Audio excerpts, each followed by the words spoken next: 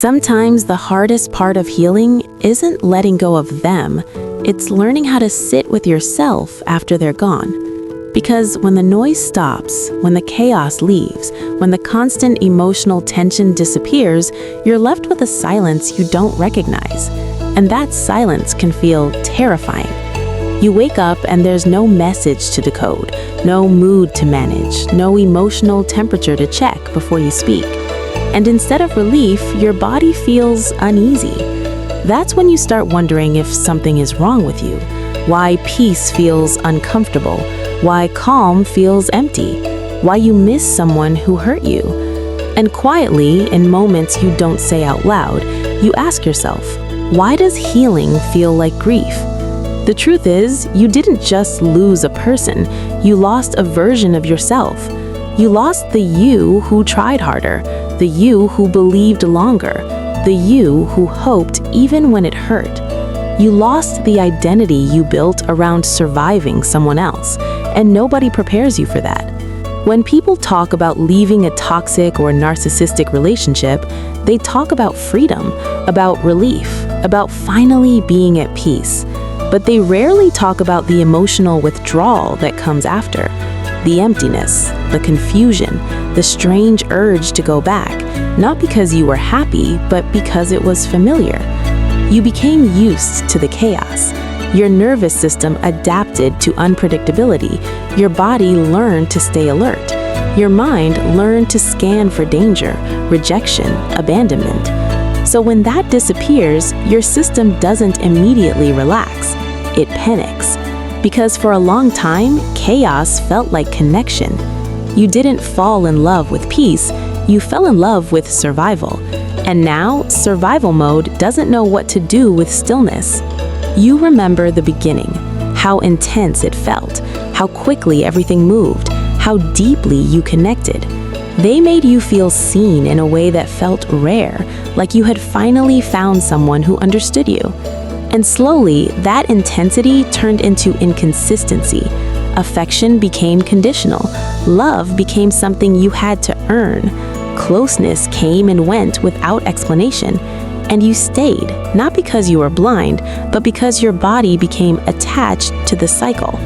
Hope, disappointment, relief, pain, over and over again. That cycle trained your emotions. So when you finally walked away, or when it finally ended, your body didn't feel free, it felt lost. You start missing them at the wrong moments, not when you're happy, but when you're quiet, when you're tired, when you're alone with your thoughts.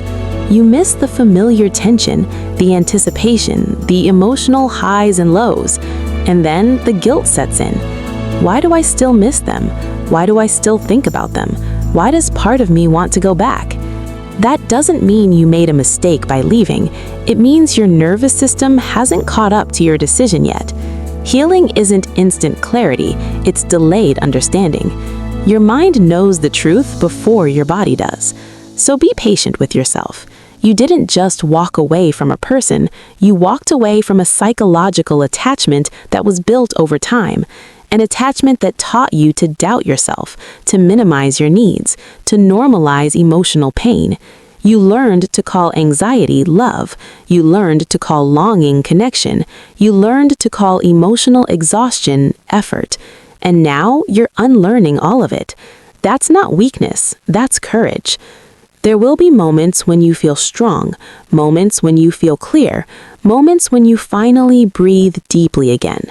And then, without warning, the sadness returns. You'll remember a version of them that felt gentle, a moment that felt real, a promise that almost convinced you. And you'll wonder if you imagined the pain. That's part of trauma bonding.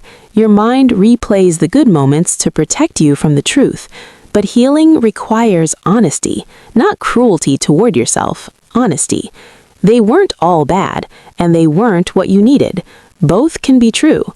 You don't need to demonize them to move on. You just need to stop romanticizing the harm. You don't miss the way you felt crying in silence. You don't miss walking on eggshells. You don't miss explaining your pain to someone who refused to hear it. What you miss is the hope. the idea that love would finally become safe if you just tried harder. And letting go of that hope feels like mourning a future that never came. That grief is real. But here's something important. The future you were hoping for didn't disappear. It just stopped being attached to someone who couldn't give it to you. You didn't lose love. You removed yourself from a situation that kept love out of reach.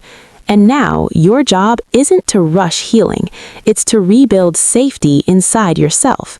To teach your body that calm is not danger, that silence is not abandonment, that consistency is not boring. You'll start small. You'll notice moments where you don't think about them, moments where your chest doesn't tighten, moments where you feel grounded in your own presence. And then you'll notice something else.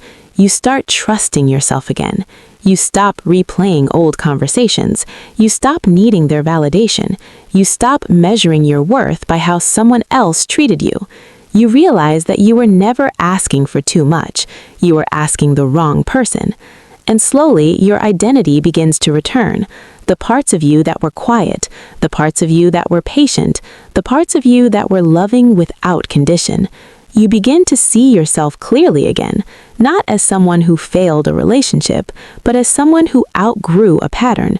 You'll still have moments of loneliness. Healing doesn't mean you never miss anyone. It means missing them doesn't control you anymore. It means choosing yourself even when it's uncomfortable.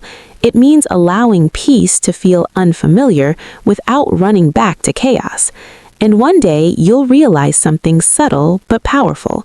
You don't want closure from them anymore. You don't need an explanation. You don't need an apology. You don't need to be understood by someone who never tried to understand you.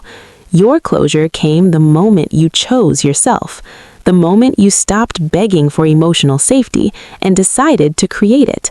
And that's when healing stops being about them and starts being about you. You start asking different questions. What do I need right now? What feels safe for me? What does my body need to relax? You learn to listen to yourself again, and the voice inside you becomes softer, kinder, more patient. You stop rushing your emotions. You stop shaming yourself for feeling. You stop calling healing slow when it's actually deep. And eventually, the silence that once scared you becomes comforting. You begin to enjoy your own presence, your own rhythm, your own peace. And when you think of them, it no longer hurts the same way. There's no pull, no urgency, no ache to return. Just understanding. Understanding that you loved deeply, that you stayed as long as you could, that leaving was an act of self-respect. You didn't lose yourself. You found yourself again, slowly, quietly, gently. And that's the kind of healing that lasts. If you're listening to this right now and it feels like your heart is still heavy, that's okay. You're not behind. You're not broken. You're not failing at healing. You're just in the middle of becoming someone who no longer tolerates emotional pain disguised as love.